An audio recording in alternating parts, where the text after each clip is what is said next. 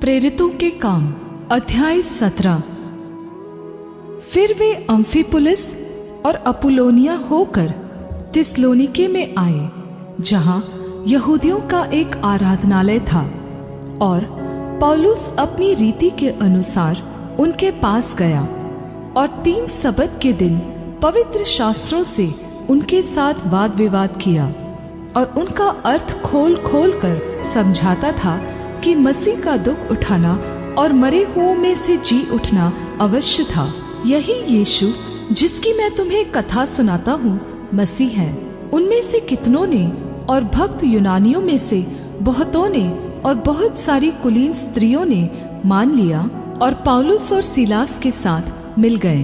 परंतु यहूदियों ने ईर्ष्या से भरकर बाजारू लोगों में से कई दुष्ट मनुष्यों को अपने साथ में लिया और भीड़ लगाकर नगर में हुल्लड़ मचाने लगे और यासोन के घर पर चढ़ाई करके उन्हें लोगों के सामने लाना चाहा। और उन्हें न पाकर वे यह चिल्लाते हुए यासोन और कुछ भाइयों को नगर के हाकिमों के सामने खींच लाए, ये लोग जिन्होंने जगत को उल्टा पुल्टा कर दिया है यहाँ भी आए हैं। और यासोन ने उन्हें अपने यहाँ ठहराया है और ये सब के सब यह कहते हैं कि यीशु राजा है और कैसर की आज्ञाओं का विरोध करते हैं।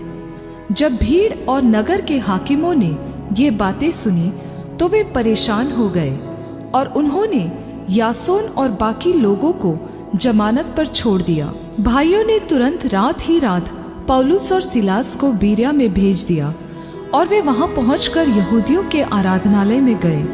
ये लोग तो थिस्सलुनीके के यहूदियों से भले थे और उन्होंने बड़ी लालसा से वचन ग्रहण किया और प्रतिदिन पवित्र शास्त्रों में ढूंढते रहे कि ये बातें ऐसी ही हैं कि नहीं। इसलिए उनमें से बहुतों ने और यूनानी कुलीन स्त्रियों में से और पुरुषों में से बहुतों ने विश्वास किया। किंतु जब थिस्सलुनीके के यहूदी जान गए कि पौलुस बीरिया में भी परमेश्वर का वचन सुनाता है, तो वहां भी आकर लोगों को भड़काने और हलचल मचाने लगे। तब भाइयों ने तुरंत पौलुस को विदा किया कि समुद्र के किनारे चला जाए, परंतु सीलास और तीमुथियुस वहीं रह गए। पौलुस के पहुंचाने वाले उसे एथेंस तक ले गए और सीलास और तीमुथियुस के लिए यह निर्देश लेकर विदा हुए कि मेरे पास अति शीघ्र आओ। जब पौलुस एथेंस में उनकी प्रतीक्षा कर रहा था तो नगर को मूर्तों से भरा हुआ देखकर उसका जी जल उठा। अतः वह आराधनालय में यहूदियों और भक्तों से और चौक में जो लोग मिलते थे उनसे हर दिन वाद विवाद किया करता था। तब इपिकुरी और स्तोईकी दार्शनिकों में से कुछ उससे तर्क करने लगे और कुछ ने कहा, यह बकवादी क्या कहना चाहता है। परंतु दूसरों ने कहा, वह अन्य देवताओं का प्रचारक मालूम पड़ता है, क्योंकि वह यीशु का और पुनरुत्थान का सुसमाचार सुनाता था। तब वे उसे अपने साथ अरियुपगुस पर ले गए और पूछा, क्या हम जान सकते हैं कि यह नया मत जो तू सुनाता है क्या है? क्योंकि तू अनोखी बातें हमें सुनाता है, इसलिए हम जानना चाहते हैं कि इनका अर्थ क्या है। इसलिए कि सब एथेंस वासी और परदेशी जो वहां रहते थे नई नई बातें कहने और सुनने के सिवाय और किसी काम में समय नहीं बिताते थे।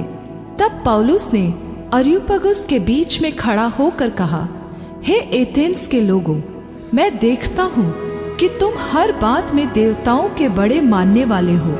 क्योंकि मैं फिरते हुए तुम्हारी पूजने की वस्तुओं को देख रहा था तो एक ऐसी वेदी भी पाई जिस पर लिखा था, अनजाने ईश्वर के लिए। इसलिए जिसे तुम बिना जाने पूजते हो, मैं तुम्हें उसका समाचार सुनाता हूँ। जिस परमेश्वर ने पृथ्वी और उसकी सब वस्तुओं को बनाया, वह स्वर्ग और पृथ्वी का स्वामी होकर हाथ के बनाए हुए मंदिरों में नहीं रहता, न किसी वस्तु की आवश्यकता के कारण मनुष्यों के हाथों की सेवा लेता है, क्योंकि वह तो आप ही सबको जीवन और श्वास और सब कुछ देता है।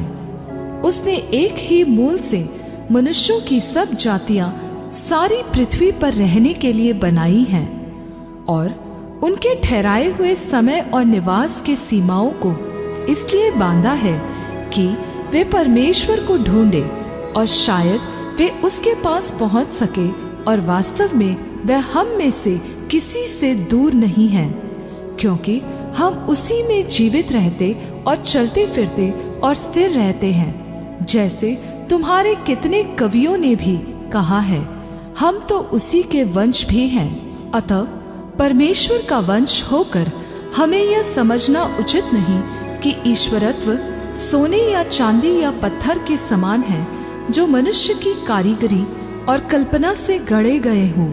इसलिए परमेश्वर ने अज्ञानता के समयों पर ध्यान नहीं दिया, पर अब हर जगह सब मनुष्यों को मन फिराने की आज्ञा देता है, क्योंकि उसने एक दिन ठहराया है जिसमें वह उस मनुष्य के द्वारा धार्मिकता से जगत का न्याय करेगा, जिसे उसने ठहराया है, और उसे मरे हुओं में से जिलाकर यह बात सब पर प्रमाणित कर दी है। मरे हुओं के पुनरुत्थान की बात सुनकर कितने तो उपहास करने लगे, और कितनों ने कहा, यह बात हम तुझसे फिर कभी सुनेंगे। इस पर पौलुस उनके बीच में से चला गया, परंतु कुछ मनुष्य उसके साथ मिल गए और विश्वास किया, जिनमें दियुनुसियुस जो अरियोपगुस का सदस्य था, और दमरिस नामक एक स्त्री थी, और उनके साथ और भी कितने लोग थे।